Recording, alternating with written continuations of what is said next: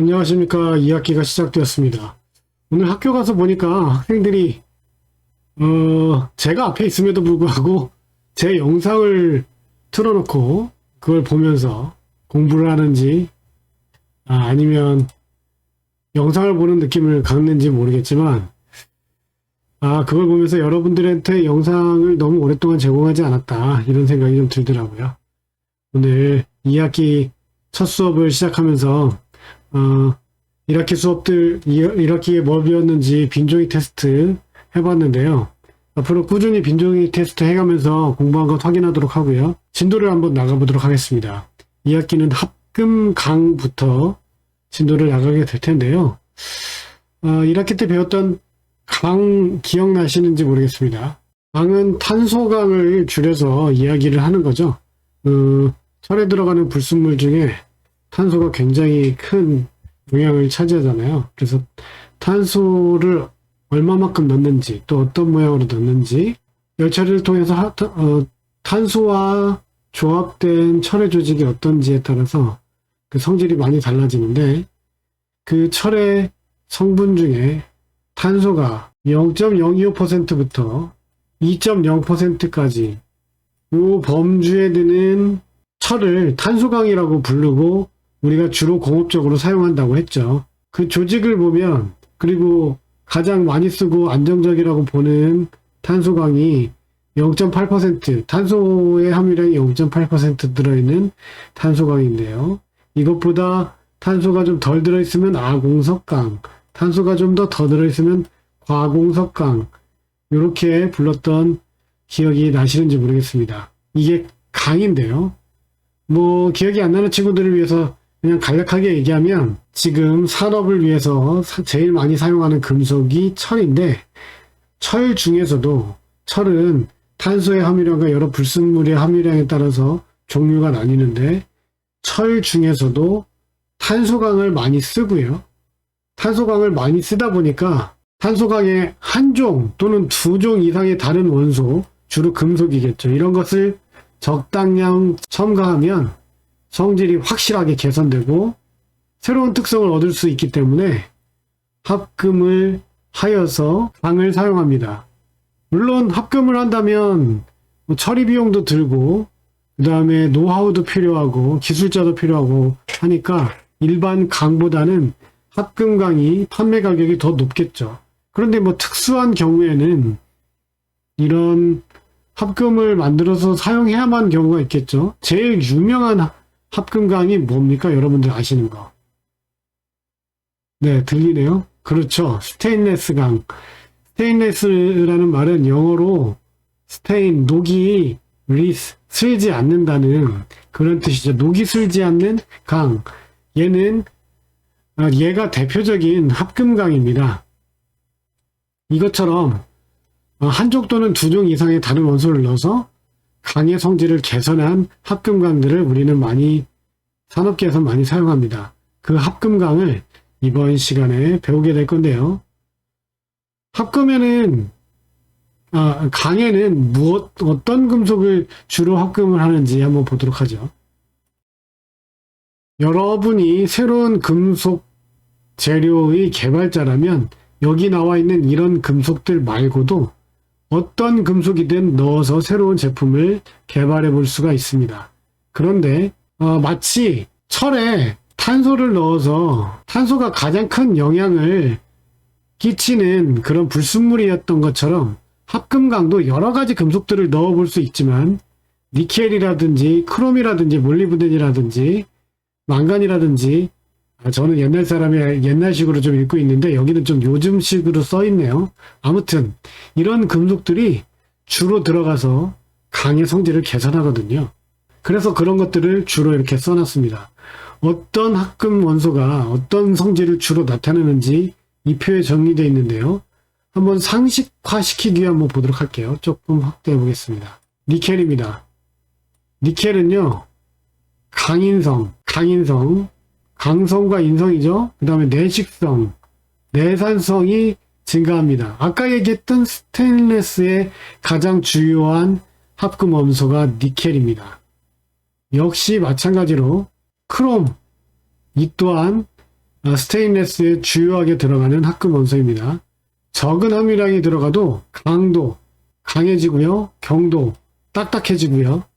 강해지고 딱딱한 정도가 증가합니다. 근데 얘가 많아지면 내식성이 탁월하게 증가하고요. 내열성이 증가하고요. 작용성은 스스로 딱딱해지는 성질. 가만 놔둬도 열 처리 후에 가만히 놔둬도 저절로 딱딱해지는 성질을 작용성이라고 하는데 크롬을 많이 넣으면 그런 일이 생긴답니다. 그리고요. 탄화물을 쉽게 생성해서 내마밀성이 증가합니다. 이게 무슨 말이냐면 당 내에 탄소가 많이 들어있다고 했죠. 많이가 아니라 뭐 적정량 들어있다고 했죠. 근데 이 탄소와 크롬을 집어넣게 되면 크롬도 결합을 해서 크롬 탄화물을 만듭니다. 뭐 대표적으로 CR3, C2 같은 이런 크롬 탄화물을 만드는데 얘네들이 내마멸성, 그러니까 마멸에 견디는 많이 문대도 버틸 수 있는 그런 힘을 증가시킨다고 해요. 니켈과 크롬이 이런 성질을 갖고 있습니다. 또 몰리브덴은 담금질의 깊이를 깊게 하고, 이게 무슨 말이냐면요. 여러분들 담금질이라는 열처리가 기억나시는지 모르겠네요. 담금질이라는 열처리는 이런 겁니다. 얘가 이제 강이에요. 강인데 여기다가 불을 이렇게 쏴요. 그럼 얘가 뜨거워지겠죠. 막 뜨거워집니다. 뜨겁게 만들까? 아니 너무 뜨거워졌는데. 자, 뜨겁게 만들었어요. 이렇게 뜨겁게 만든 다음에 얘를 식혀요.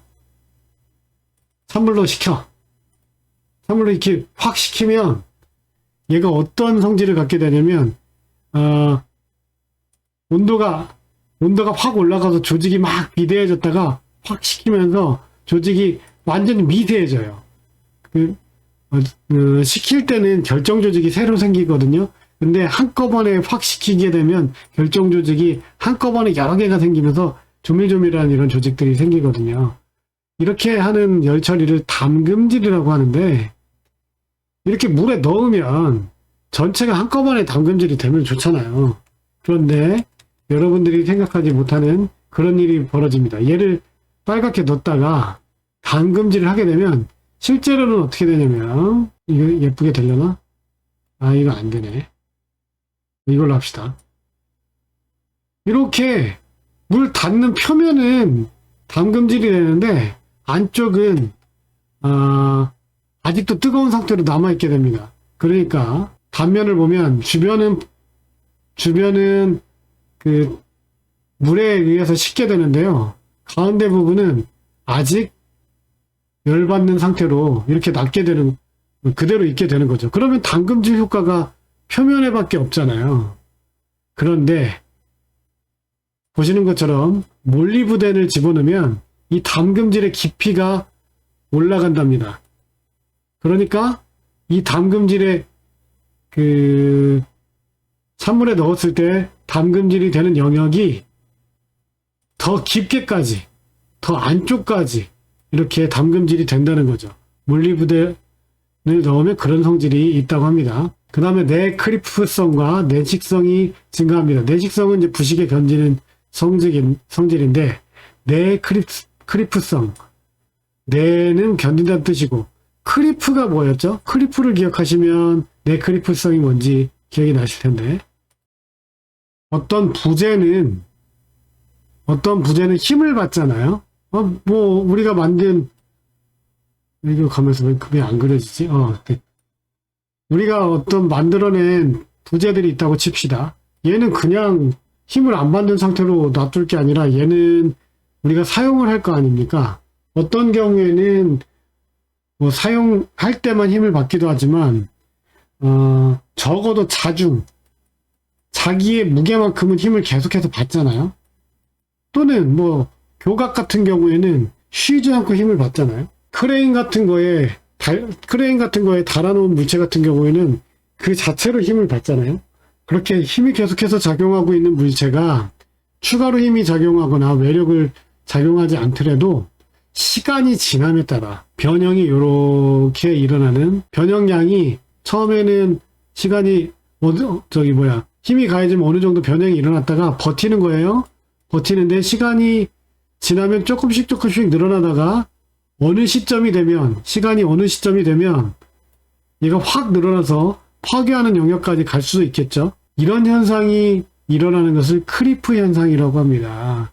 그런데 이런 현상은 일어나면 좋겠어요? 안 좋겠어요? 가급적 안 일어나는 게 좋겠죠. 처음에 설계한 대로 일정 부분까지 변형했으면 여기까지만 변형하고 더 이상 변하지 않으면 더 좋겠죠.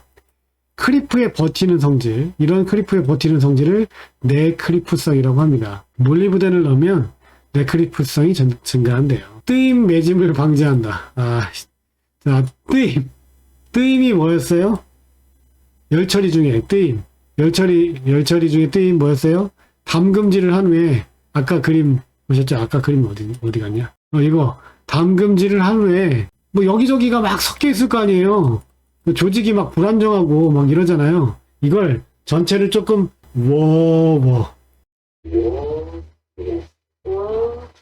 그렇지. 시켜주기 위해서 열 처리를 다시 해주는데요. 약간 얘를 열을 줬다가 서서히 식혀서 성질을 시켜주는 템퍼링, 영어 템퍼링이라고 하거든요. 이런 그 열 처리를 뜨임이라고 하는데, 이런 열 처리를 하는 중에 중간중간 매짐은 순 우리말이에요. 매지다. 자, 매지다 국어사전 한번 찾아볼까? 자, 네이버 국어사전에 왔어요.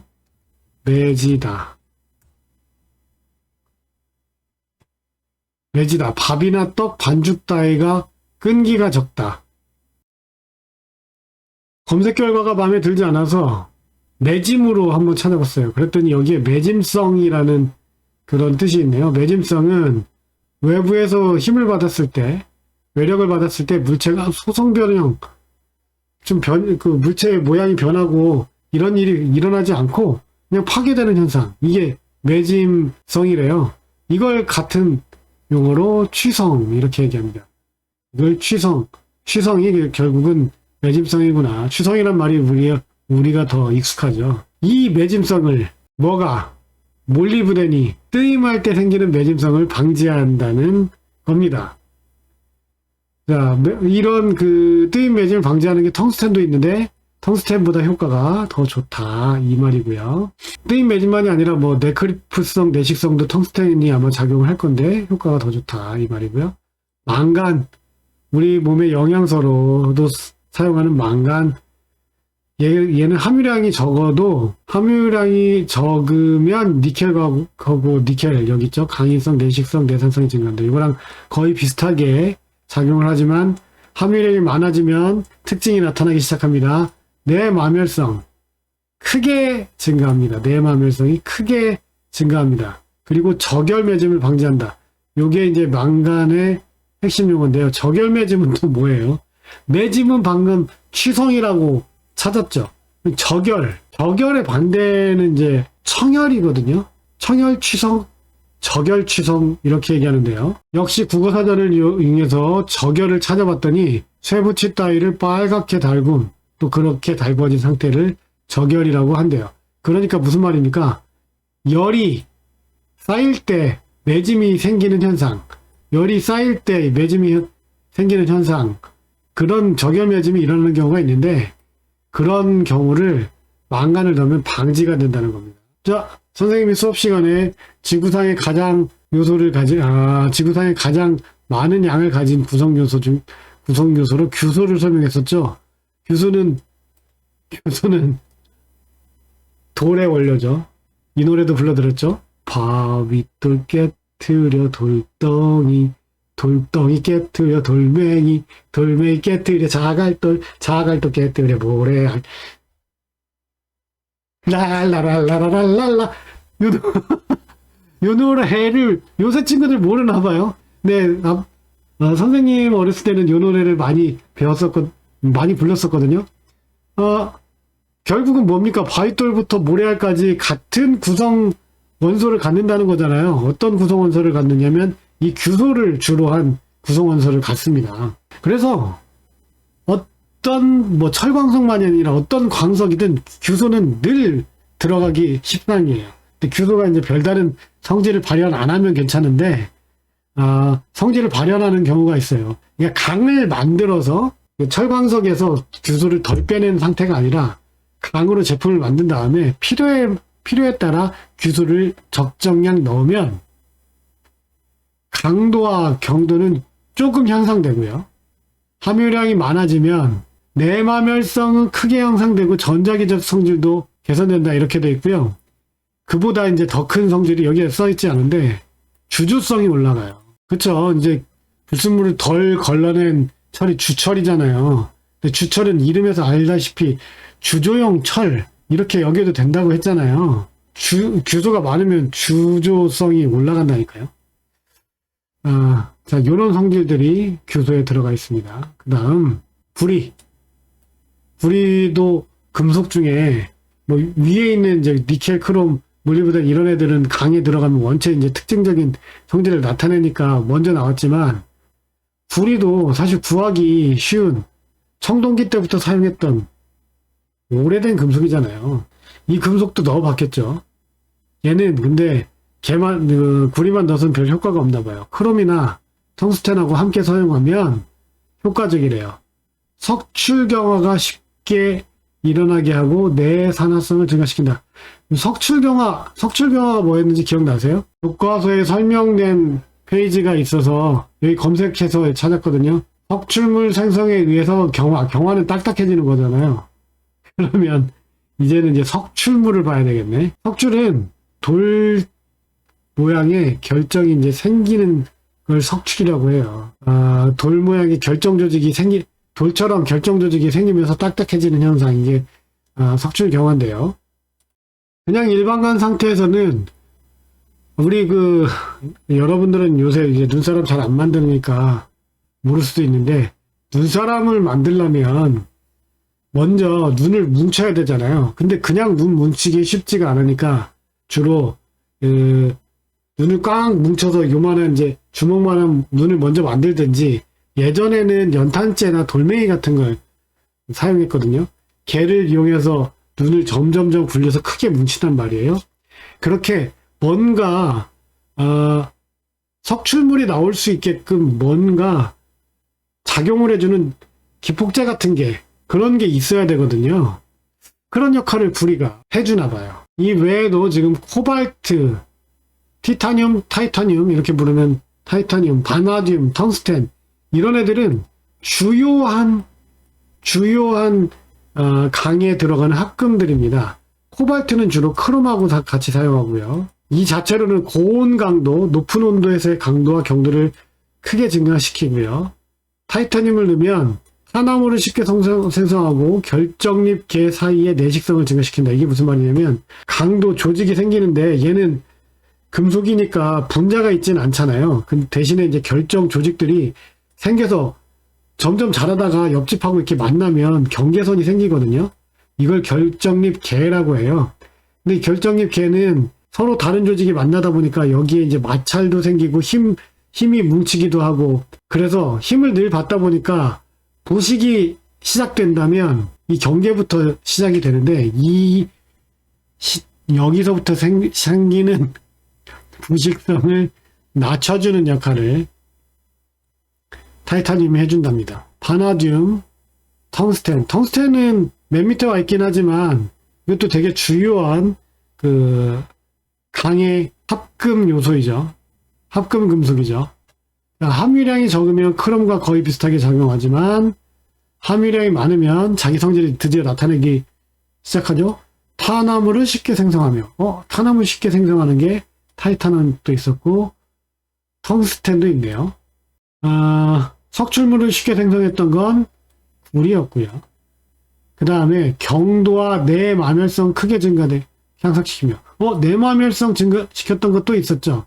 내마멸성 증가시켰던 건 망간 있었고요. 그 다음에 크롬도 내마멸성 증가시켰었고요. 특히 고온 강도와 경도가 증가하게 됩니다. 고온 강도 증가시켰던 것도 있었죠. 어디 있었죠? 코발트가 고온 강도 증발시켰었죠. 이렇게 목적에 따라서 합금을 시켜보면, 뭐 이런 성질들을 갖고 있잖아요. 이걸 가지고 이제 합금을 시켜보면 부가적인 효과가 나타나기도 하고, 또는 여러 가지 목적을 가진 금속을 한 개를 넣어가지고 원하는 성질을 여러 가지를 낸다면 그 합금강의 가격은 좀 내려가겠죠. 그러면 경쟁력을 갖추겠죠. 자, 필요에 따라서 우리가 합금을 해서 원하는 재료를 만듭니다. 그리고 그때 주로 들어가는 합금들을 살펴봤습니다. 요새 트렌드는 영상을 짧게 만드는 거더라고요. 우리가 관심 있어 하고 재밌어 하는 그 친구들, 영상 만드는 친구들, 심지어 요새 뭐 숏 또는 뭐 릴스, 그리고 또 뭐였지? 그 전에 하던 거. 그런 것들은 아예 15초짜리로 자르잖아요. 제가 너무 이야기를 길게 하면 여러분들이 복습도 하시고 교과서 보면서 합금 원소의 효과를 마무리가 너무 길어. 그죠? 네, 잔소리가 너무 많아. 자, 첫 번째 내용 강의는 여기서 마치도록 하겠습니다.